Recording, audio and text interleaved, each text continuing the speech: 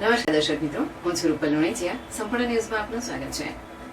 બનાસકાંઠા જિલ્લાના વડગામ તાલુકાના મેતા ગામના 35 વર્ષીય વિપુલભાઈ અમૃતભાઈ રાઠોડ જેઓ ભરૂચ ખાતે દરજીકામનો ધંધો કરતા હતા, જેઓ સાંજના સમયે પોતાના ઘરે ચાલતા જઈ રહ્યા હતા તે દરમિયાન અજાણ્યા ગાડી વાહન ચાલકે ટક્કર મારતા પગ તેમજ માથાના ભાગે ગંભીર ઇજાઓ થતા તેઓ બેભાન અવસ્થામાં રસ્તા વચ્ચે ઢળી પડ્યા હતા. અકસ્માતને પગલે ગાડી ચાલક પોતાની ગાડી લઈ નાસી છૂટ્યો હતો. જોકે ઘટનાને પગલે સ્થાનિક લોકો આવી જતા 108 મારફતે ભરૂચની સિવિલ હોસ્પિટલ ખાતે લઈ જવાયા હતા. જે બાદ સિવિલ સ્ટાફ દ્વારા પરિવારને જાણ કરવામાં આવતા પરિવાર તાબડતોડ હોસ્પિટલ ખાતે પહોંચી હોસ્પિટલ ખાતે પ્રાથમિક સારવાર હાથ ધરવામાં આવી હતી. વધુ સારવાર માટે બીજા દિવસે 108 મારફતે અમદાવાદની હોસ્પિટલ ખાતે લઈ જવાયા હતા. ત્યાંના ઓર્થોપેડિક વિભાગના ડોક્ટરે તપાસ કરતા જમણા પગે ફ્રેક્ચર હોવાનું માલુમ પડતા 4 જેટલા એક્સરે રિપોર્ટ, 2D ઇકો તેમજ લોહીના રિપોર્ટના આધારે જરૂરી એન્ટીબાયોટિક દવાઓ આપી 10મા દિવસે જમણા પગે ઓપરેશન કરી ચોથા દિવસે રજા આપવામાં આવી હતી. અકસ્માતમાં ઈજા પામનાર વિપુલભાઈ જણાવ્યું હતું કે છેલ્લા 8 મહિનાથી અમદાવાદની હોસ્પિટલ ખાતે પગના ભાગે ફ્રેક્ચર થતા દવાઓ તેમજ ટ્રીટમેન્ટ ચાલુ રાખવામાં આવી હતી અને પગના ભાગે રસી થઈ જતા ચાલી શકાતું ન હતું. ઓપરેશન દરમિયાન જમણા ભાગે નાખેલો સળિયો લાંબો હોવાથી ઢીંચણ તેમજ પગે સોજા આવી જતા હતા.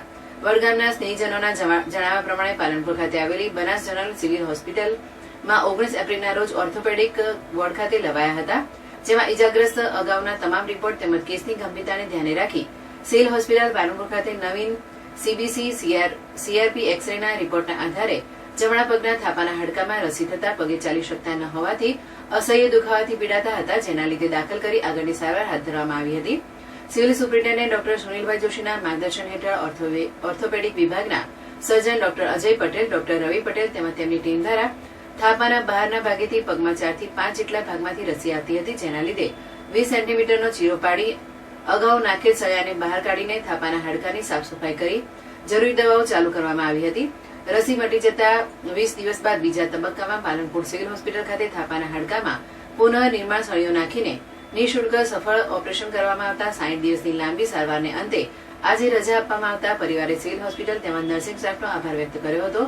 શ્રી ગલભાભાઈ નાનજીભાઈ પટેલ ચેરિટેબલ ટ્રસ્ટ સંચાલિત જનરલ સિવિલ હોસ્પિટલ પાલનપુર ખાતે medicine, surgical, ENT, skin, dental તેમજ ઓર્થોપેડિક સહિતના વિભાગોમાં ગુજરાત વિધાનસભાના અધ્યક્ષ શંકરભાઈ ચૌધરીના માર્ગદર્શન હેઠળ તેમજ જનરલ સિવિલ હોસ્પિટલ પાલનપુર અને મેડિકલ કોલેજના ચેરમેન શ્રી પીજી ચૌધરીની દેખરેખ હેઠળ તમામ વિભાગોમાં ઉચ્ચ કોટીની સારવાર બનાસ ડેરીના 5 લાખ પશુપાલકોની પોતાની માલિકીની પૂરા ભારતભરની એકમાત્ર જનરલ સિવિલ હોસ્પિટલ પાલનપુર ખાતે આપવામાં આવી રહી છે.